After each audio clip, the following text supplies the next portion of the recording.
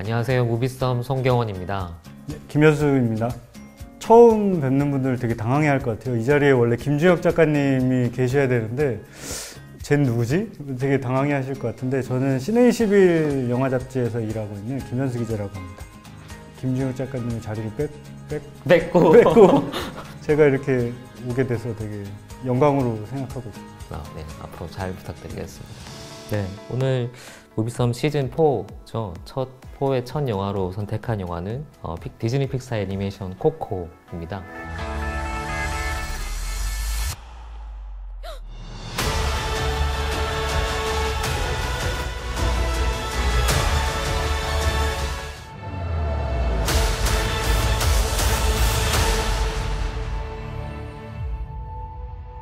한 단어로? 네. 사실 되게 늘 이런 거 하면 한 줄 평이라고 하면 두 줄 하고 한 시나라고 여러 개 하고 단어가 되게 많은데 형용사로 하면 꽉 찬 아니면 뭉클함이었던 것 같고 꼭 눈물을 목표로 하지 않지만 결과적으로 눈물을 나게 하는 영화라는 느낌이었어요.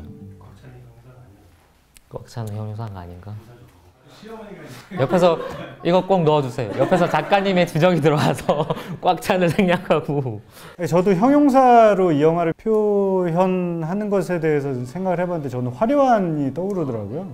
그 전에 픽사가 만들었던 어떤 영화들보다도 가장 형형색색의 디자인들이 많이 나오고 비주얼적으로도 굉장히 화려하고 거대한 그런 이미지들을 좀 보여주는 것 같아서 표현을 한다면 화려함이 영화의 모습이면 주제적으로는 약간 온기, 따뜻함이겠죠. 네.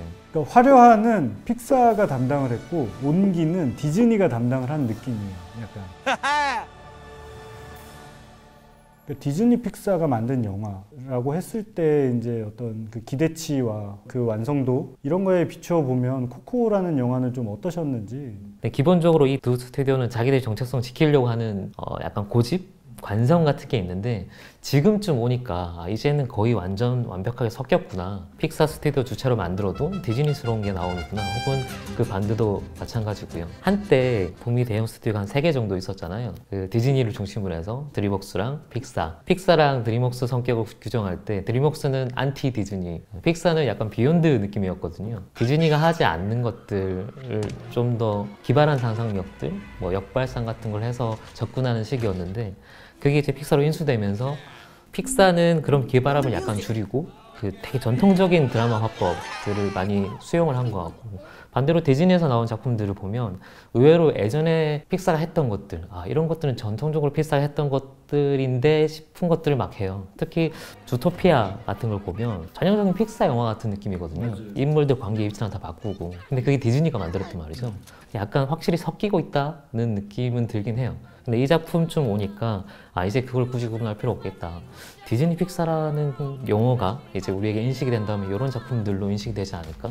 이제 와서는 이 회사들이 원래 다른 회사였나 싶을 정도로 이제는 약간 하나로 융합이 되었다고 해야 될까요? 오히려 더 편안하게 좀 다가오는 것 같아요. 사실 죽음을 다루고 있는 방식을 보여주는 사후 세계를 보여주는 애니메이션들이나 영화는 꽤 많잖아요. 맞죠.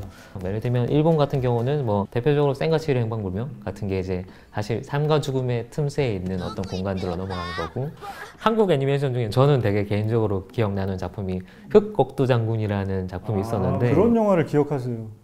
제가 그런 영화를 기억하시냐니 경주나 이게 큰 고분 같은 데 보면 토용병 같은 게 있잖아요. 작은 토용병. 그게 이제 주인공이 된 작품이에요. 그것도 이제 어떻게 보면 우리의 사후세계관을 반영하고 있는 작품인 것 같고 007 스펙터 보면 오프닝에 그런 장면 나오죠. 죽은 자들의 날, 축제. 그게 이제 멕시코인들이 전통적으로 죽음을 기억하는 방식인데 그거를 이제 애니메이션화 시킨 거고 약간 이 작품을 통해서 오히려 멕시코 문화를 배우고 있다는 느낌?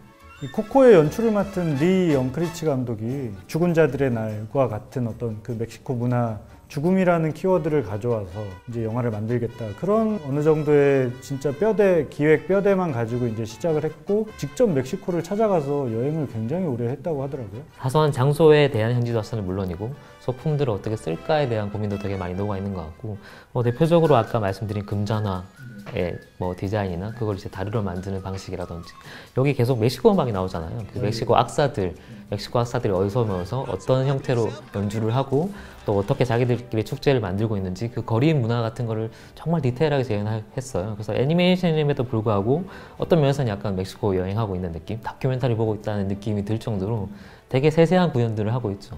특히 애니메이션에서는 약간 재밌는 캐릭터들, 왜 흔히 트릭스타라고 불리는 이 작품 전체랑 크게 상관없지만 아이콘이 되는 캐릭터를 꼭 만들어야 되잖아요. 일종의 슈퍼히어로 영화로 치면 사이드킥? 그런 거죠. 네, 항상 이제 옆에 이제 같이 콤비처럼 따라다니는 굉장히 잘 활용이 됐더라고요. 예를 들면 그런 약간 수호신 같은 존재들, 영적인 어떤 존재들이 영화에 등장을 하더라고요. 근데 그 존재가 굉장히 디자인도 독특하고 그게 약간 형광색으로 디자인돼서 화려함이 딱 거기서 오는 것 같은데 그런 존재들을 알레브레라고 부른다고 해요. 그게 이제 우리로 치면 저승사자, 저승세계로 안내해주는 정령인데 독특한 게 이게 그 저승사자의 디자인들이 실제로 그 사람이 평소에 따랐던 것, 좋아했던 것, 가졌던 것 혹은 뭐 실제로 그렸던 것들이 이제 정령화돼서 나를 이끌어준다라고 믿고 있다고 합니다. 그래서 실제로 애니메이션도 그렇게 이제 구현하고 있고 주인공이 미구엘의 알리브레이가 되는 존재 또 영화에서 꽤 중요한 역할을 하고 있는 우리말로 하면 똥개 터종견종이라고 그 털 없는 개가 멕시코에서 되게 유명한 멕시코의 진돗개 같은 터종견종이래요. 이제 그래서 그걸 이제 알리브레로 삼아서 뭐 그런 것도 되게 꼼꼼한 문화적인 다양성을 살리는 디테일이 녹아 있는 거죠. 이 할머니가 되게 시니스틀러잖아요. 할머니가 딱 등장하는 순간 이건 뭐지? 실사 다큐멘터리 같은 느낌이 나죠. 갑자기 깜짝 놀랐어요. 너무 사실적으로 어떤 주름과 노년의 어떤 힘겨움 이런 것들을 정말 이미지로 너무 사실적으로 그리는 거예요. 이게 사실 기본적으로 픽사도 그랬고 디즈니도 그랬고 대상을 리얼하게 그리진 않아요. 동작은 되게 리얼하되 과장을 시키거든요. 동작도 과장시키고 형태나 곡선들을 늘 과장시켜요. 이건 애니메이션의 특징이기도 하지만 CG 애니메이션으로 그 과장을 했을 때는 그냥 이게 애니메이션이다 라는 느낌을 주는데 그 할머니가 등장하는 순간 갑자기 너무 리얼해서 마치 뭐 어떤 의미에서는 아바타의 CG 같은 걸 보고 있는 느낌? 픽사 애니메이터들이 약간 우리도 정글북 같은 영화 만들 수 있어. 기술은 돼. 기술은 돼. 이런 거 약간 살짝 보여주는 느낌이에요. 그렇죠. 기술을 자랑하고 싶은 마음도 있을 거고 지브리 애니메이션 하면 지브리의 곡선들이 있잖아요. 그 물을 그리는 형태 같은 게 있고 근데 디즈니나 픽사도 확실히 그 스타일이 있는 것 같고 근데 그 볼륨이 되게 넓은 거죠. 볼륨이 이만큼 넓구나라는 걸 보여주는 게 이번 작품은 산타 세실리아에 있는 일상적인 모습을 그릴 때의 톤과 죽은 자들의 세상을 그릴 때 되게 화려한 어떤 그림들과 그리고 이 할머니를 그릴 때 어떻게 보면 너무 리얼한 그림 이게 다 있어요. 되게 다양한 볼륨의 CG의 표현들을 보여준다는 측면에서도 꽤 재밌는 시도를 하고 있다는 생각이 들었습니다. 디즈니식의 애니메이션이 가장 큰 힘을 발휘하는 것 중에 하나는 결국은 이제 노래. 이 영화도 끝나고 나면 계속 그 노래가 맞아요. 리멤버미라는 제목의 노래인데 계속 그 리멤버미가 진짜 리멤버 정말 리멤버 하게 돼요. 어쩔 수 없이 노래 가사가 영화의 주제이자 뭐 하고 싶은 말인 이 노래를 계속 반복해요. 이게 아마 학습을 하고 있는 것 같은데 겨울왕국에서 이제 레디꼬가 엄청 히트를 치고 나서 특히 약간 그런 경향이 훨씬 더 심해진 것 같고 이번에는 더 심해요. 리멤버미가 되게 다양한 버전으로 처음부터 끝까지 나와요. 근데 그 다르게 변주하는 것들이 저는 굉장히 재밌고 이 작품의 핵심 중에 하나라고 생각해요. 저는 그 리멤버미라는 그 이제 노래 가사가 결국에는 이 화자가 이 영화의 어떤 주인공 그 미구엘 소년이 아니라 이 미구엘이 찾아가는 그 사후세계에 머물러 있는 어떤 죽은 영혼들이 화자가 되는 거잖아요. 그런 발상? 이 노래가 갖고 있는 영화에서의 어떤 의미? 이런 것도 좀 재미있게 보였어요. 처음에 이제 소년이 동경하는 델라크루즈라는 굉장히 유명한 가수가 리멤버미를 처음으로 부르죠. 약간 좀 너무 느끼하던데요, 그분. 왜 유명한 가수인지 잘 모르겠지만 약간 한국으로 약간 비유하면 약간 나훈아 스타일의 네. 하얀 수트를 이렇게 쫙 빼입고 그 멕시코 전통 악기를 치고 있는 모습이 정말 되게 할리우드 고전 스타. 실제로 할리우드 고전 스타에 가깝게 나오잖아요. 찍은 영화도 몇 편이 있고 그 영화를 저승에서 계속 틀고 있죠. 정말 많은 사람들이 자기 기억해주는 저승의 부자인 거예요. 그 사람 기억해주는 사람이 너무 많기 때문에 Remember Me란 가사가 어떻게 보면 되게 애잔하잖아요. 근데 그 무대가 아까 말씀하신 것처럼 무대에 말 타고 들어오는 나훈아 선생님처럼 굉장히 화려한 무대를 펼치는데 가사랑 좀 안 맞는 것 같아요. 근데 나중에 이제 뒤에 보면 아 이게 이런 가사였구나. 사실은 뒤에 있는 게 진짜 곡이고 앞에 있는 게 변주를 한 건데 그 순서를 바꾸는 것만으로 해도 굉장히 다른 드라마틱한 효과를 주는 거죠. 처음에 화려하게 익숙해진 곡이 오히려 이렇게 가라앉고 잔잔해질 때 느껴지는 감동이 이 영화가 화려함을 온기로 바꾸는 방식과도 닮아 있는 것 같고요. 굉장히 OST를 영리하게 쓰고 있다는 생각이 들었어요. 애니메이션의 완성도와 이런 걸 떠나서 매력 지수를 따져본다면 저는 이 영화를 보고 캐릭터 상품을 구매할 것이냐 안 살 것이냐 이것이 굉장히 중요하거든요. 좋은 주제, 착한 어떤 감성을 갖고 있는 영화지만 구매로까지 이어지는 어떤 그런 매력을 저한테 어필하지는 못했던, 사고 싶지는 않다. 미안하지만. 이번 주에 이제 신의 21 별점이 올라왔는데 특히 박평식 평론가가 사실상 별점 4개가 만점인 분이 4개를 주셨더라고요.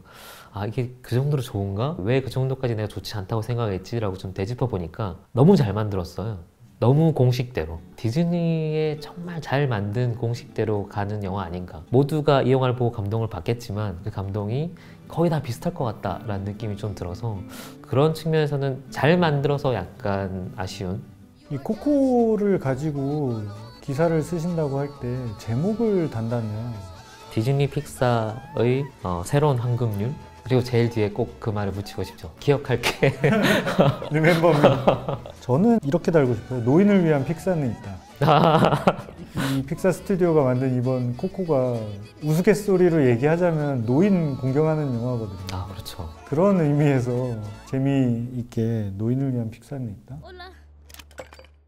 2018년이죠. 2018년이 새해가 돼서 첫 방송을 하신 거잖아요. 네. 어떠셨어요? 첫 녹화를 하시고 나니? 그동안 사무실에 앉아가지고 이게 취재 다니고 기사 쓰는 것과 말을 통해서 저의 생각을 전달하는 것은 또 굉장히 다른 그런 어려움을 약간 좀 느꼈고요. 말로 뭔가 제 생각을 좀 잘 옮길 수 있는 재미있는 그런 방송을 할 수 있게 좀 노력을 해보도록 하겠습니다. 제가 상상했던 것보다 훨씬 잘 해주셔서 오히려 제가 좀 이렇게 편하게 묻어갈 수 있는 느낌이 들어서 좋았습니다. 네, 2018년 첫 무비썸, 시즌4의 첫 무비썸을 이제 김현수 기자님과 같이 했는데요. 다음 시간에 좀 더 많은 새로운 영화를 들고 많은 이야기를 나눠볼까 합니다. 다음 시간에도 꼭 구독해 주시기 바랍니다. 구독해주세요. 감사합니다.